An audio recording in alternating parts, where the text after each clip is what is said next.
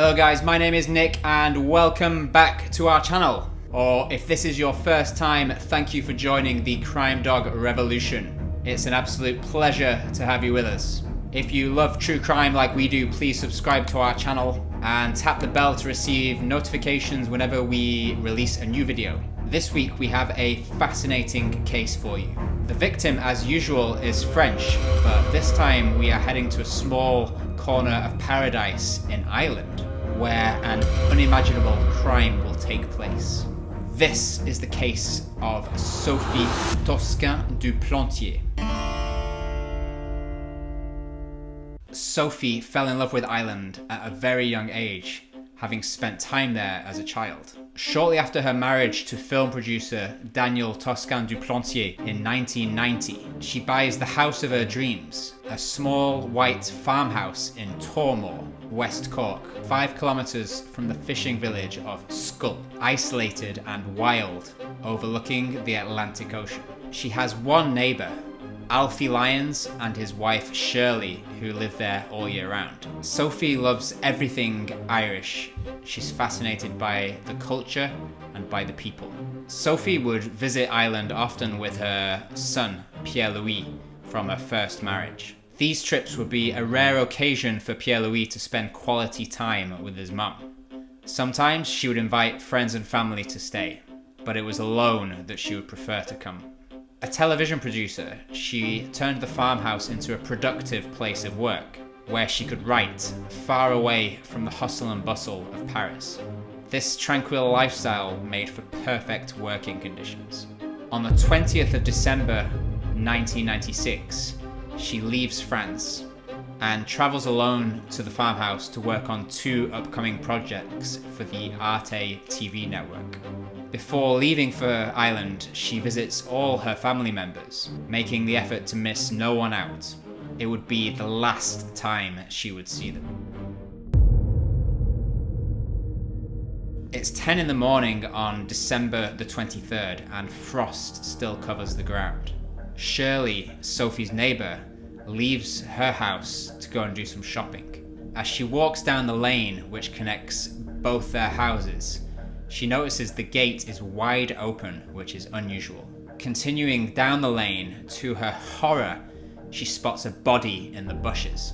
Shirley, in shock, sprints back up to her house and, in a blind panic, explains to her husband what she just found. Alfie can barely believe what he is hearing and, still shaking, manages to compose himself and calls the Garda, the Irish police. 2 policemen quickly arrive from the village of Schull, secure the crime scene and await reinforcements. As is standard practice in Ireland, a heavily Catholic country, the local priest, Father Dennis Cashman, is informed straight away of the morbid discovery. Sophie is unrecognisable. Her face has been smashed in by a large object. Her left side is swollen and her body shows signs of scratching. Her hands are damaged and her fingers are broken. It's the cleaning lady who looks after the house who identifies the body to be that of Sophie's. Local police are deeply troubled. Murders do not exist in this part of the world. It's the first murder to happen in West Cork in 100 years. Local residents are in shock and disbelief. Sophie was known and liked by everyone that knew her, and her neighbours were very fond of her. How could such a tragedy take place in such calm and idyllic surroundings? As the drama is unfolding in Ireland, Sophie's parents, Georges and Marguerite Bugnol, are in their apartment in Paris making last-minute preparations for Christmas. That evening, they turn on the TV and learn that a young French woman has been found murdered in Cork. Sophie's mum immediately fears the worst. She calls Sophie's number in Ireland, but there is no answer. Daniel, Sophie's husband, attempts to reassure the parents. He spoke to Sophie the night before and she was fine. However, during the night, the family's worst fears are confirmed. Her brother Bertrand receives a call from the cleaning lady who confirms that it is Sophie. The family are devastated. The next morning, the parents fly out to Ireland, but interestingly, husband Daniel prefers to stay at home and to mourn alone in the HEURES region. He tells Sophie's mum that it is too horrendous to contemplate going over there and seeing his wife dead. Marguerite, Sophie's mum, finds this a little odd, but people do deal with grief in different ways.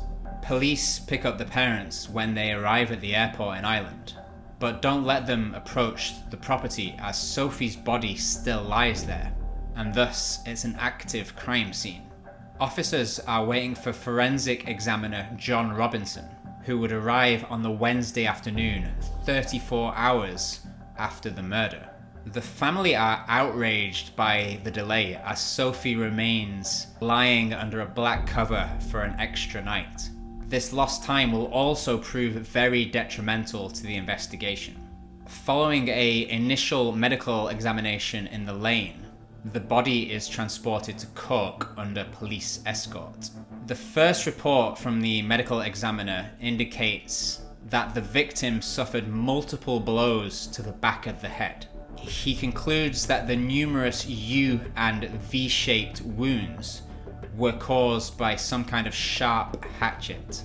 A thorough search takes place in the dense bushes around the body, but no hatchet is found. The attacker then dealt the fatal blow with a large cinder block. They take prints and go through the house looking for any clues. However, they find no DNA or fingerprints except those belonging to Sophie. The killer left no trace.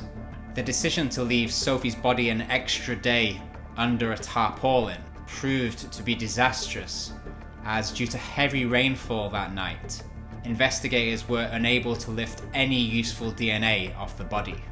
The Garda attempt to reconstruct Sophie's final hours, looking for any clues that would help them understand what took place. Sophie arrives alone in Cork on the morning of the 20th of December. She is seen on surveillance cameras at the airport. The next day she goes to Skull to do some shopping. She is spotted in a Spar supermarket and outside at a cash point. The day of the murder, December 22nd, just before midday, she visits a friend, Tom Ungerer, an illustrator, originally from Alsace in France, but who now lives nearby. At approximately 6 p.m, her car is spotted by neighbours, and soon after she calls her friend Agnès Thomas, who was originally on the trip to Ireland with her.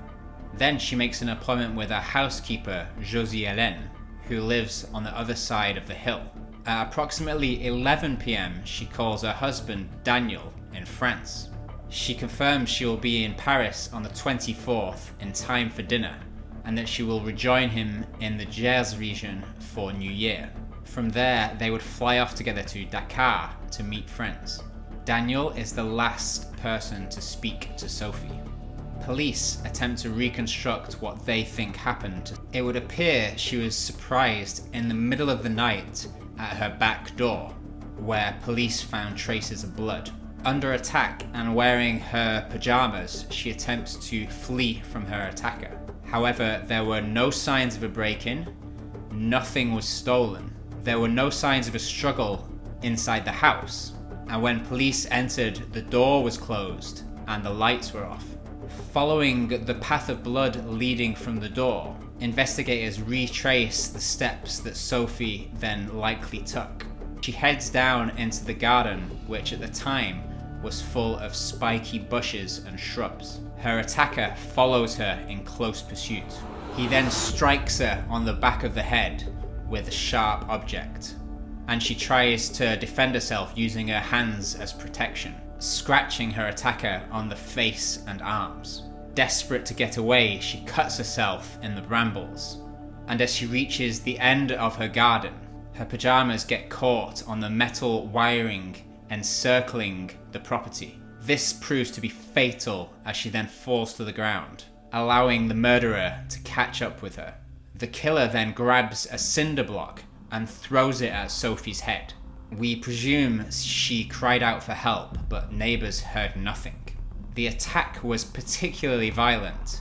Her disfigured body was covered with over 40 wounds. For investigators, the murderer was quite knowledgeable of the area surrounding Sophie's holiday home, given it's situated in an isolated spot, and it's difficult to access due to the poor quality of the roads. Police deploy around 60 officers who proceed to canvass the entire area. More than 1,000 people are interviewed, statements are taken and analysed. Journalists begin to speculate on what could have happened to Sophie, and the first rumours start to circulate. The press initially wonder about Sophie's husband, Daniel, conspicuous by his absence. He had decided not to come to Ireland to collect his wife's body. Why would he not even want to come and grieve at the grave of his dead wife? Perhaps he wasn't as innocent as first thought.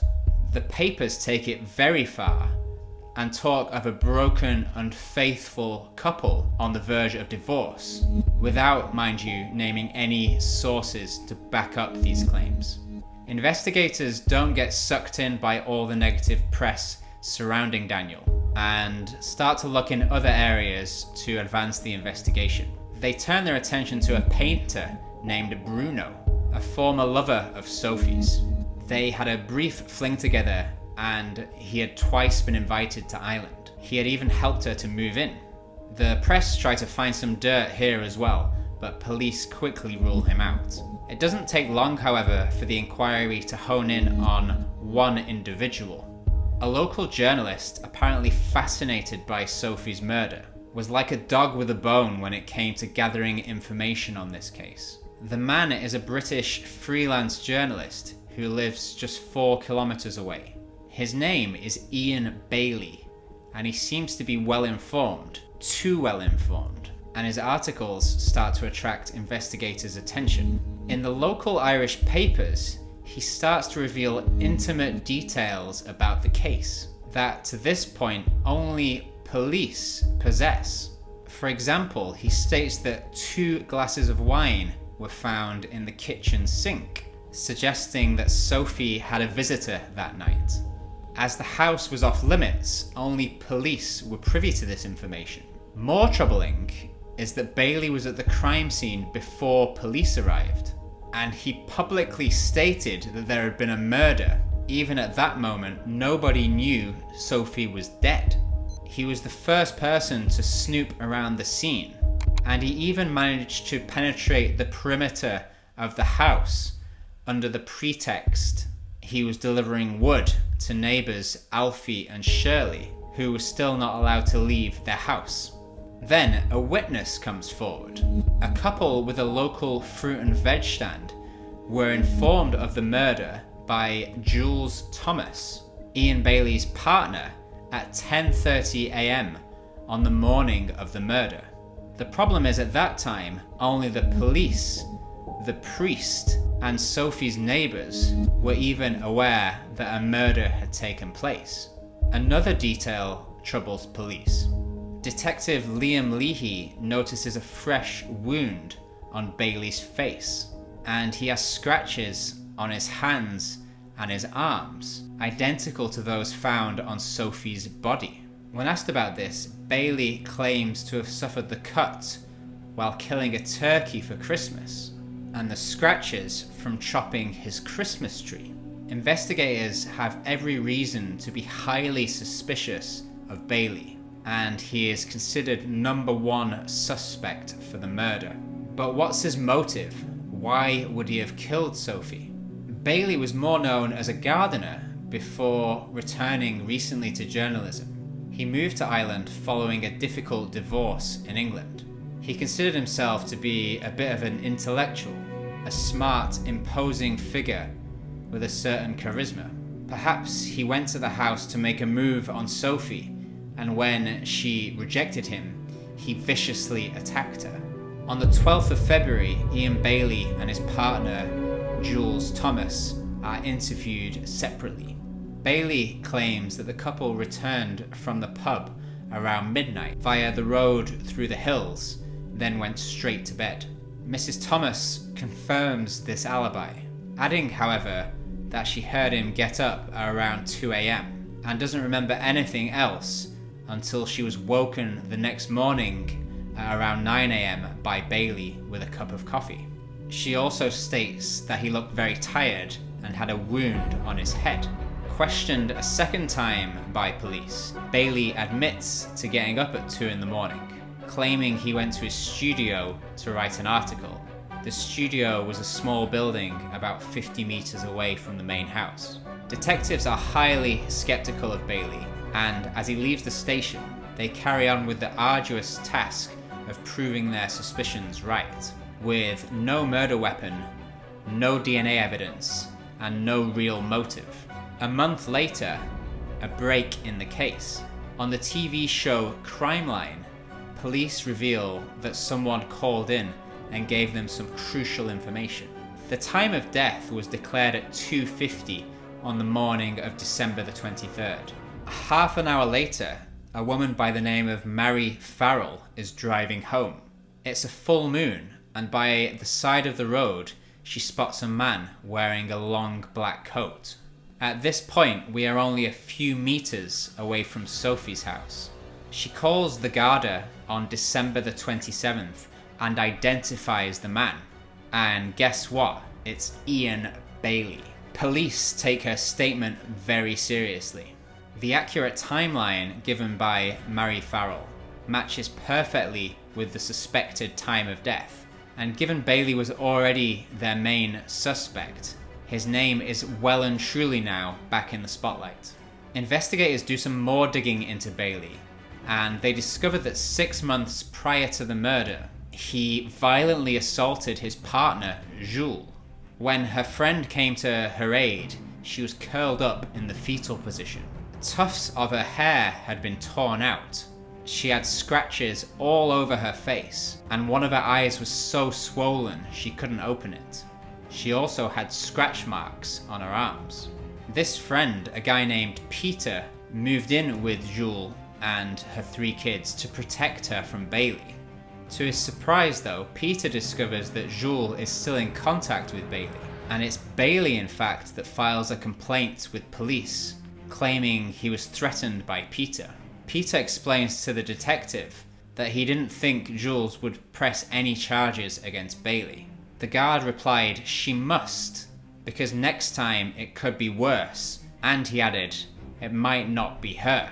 Despite the obvious attack, Jules does not press charges, and she welcomes Bailey back into her home. So not only does he have a history of violence towards women, the injuries suffered by Jules were remarkably similar to those inflicted on Sophie.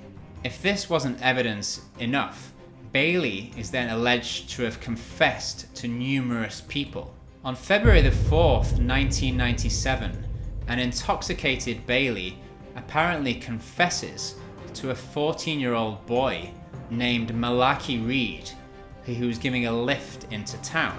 Malachi's mum explained exactly what Bailey said to her son. He says, quote, "He smashed her f***ing brains in." She immediately contacts police to recount what happened. A few days later, Bill Fuller, a friend of Bailey's, also goes to the police station. Fuller explains that during a heated conversation, he straight out accuses Bailey of the murder, to which Bailey replies, "You killed her, and I'm gonna tell you how. You saw her in the Spar supermarket, then you went to her house to try your luck. She refused, so you hit her. Then she escaped, so you chased after her. And you realized that you'd gone too far, so you killed her."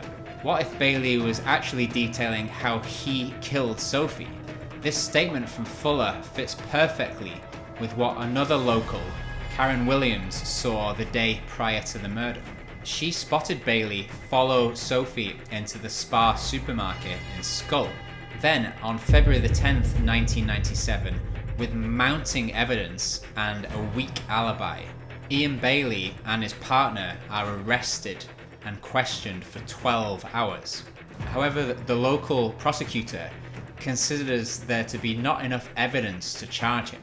No material evidence, no confession, just a bunch of tip-offs and allegations, and they are both released from custody. The legal system works slightly different in Ireland compared to France. In France, the judge can decide to take a case further if the allegations of a crime are serious enough. However, in Ireland, benefit of the doubt is king, and the prosecutor can oppose any indictment if there is reasonable doubt. After his release, Bailey goes on the counter-attack. He does numerous newspaper interviews, teasing the police. He swears he has never met Sophie, never mind spoken to her. Sophie's neighbour ALFIE says otherwise. He states that when Bailey was doing some gardening work for him, he mentioned that Sophie had arrived from France, and she even introduced herself to him.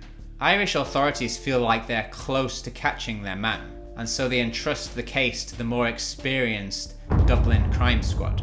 After a long inquiry, they come to the same conclusion as the local Irish police. And in 1998, Ian Bailey is arrested for a second time, but then for a second time again, he is released without charge. The family are exacerbated, and on top of that, Irish authorities refuse to release the case to their French counterparts, so their hands are tied. In 2003, Ian Bailey launches a defamation suit against 8 Irish and British newspapers, whom he believes set him up to be prime suspect. He asks for several million euros in compensation. The trial lasts for 15 days, and the country is shocked by the audacity of this man. However, as the hearings progress, it soon becomes obvious that this suit is backfiring massively on Bailey, as once classified details of the case become public knowledge for the first time, as the witnesses heard by police testify in public, notably Mary Farrell, who claims to have seen Bailey so close to the house on the night of the murder.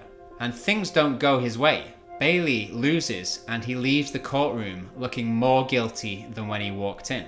But a year later, there is an unexpected twist. The main witness, Mary Farrell, the woman who claimed to have seen Bailey the hour following the crime, retracts her statement given under oath. Interestingly, her 360 turn is announced by Bailey's lawyer. She claims that the man she saw on the road was not Ian Bailey, but someone else, and that investigators forced a false story out of her.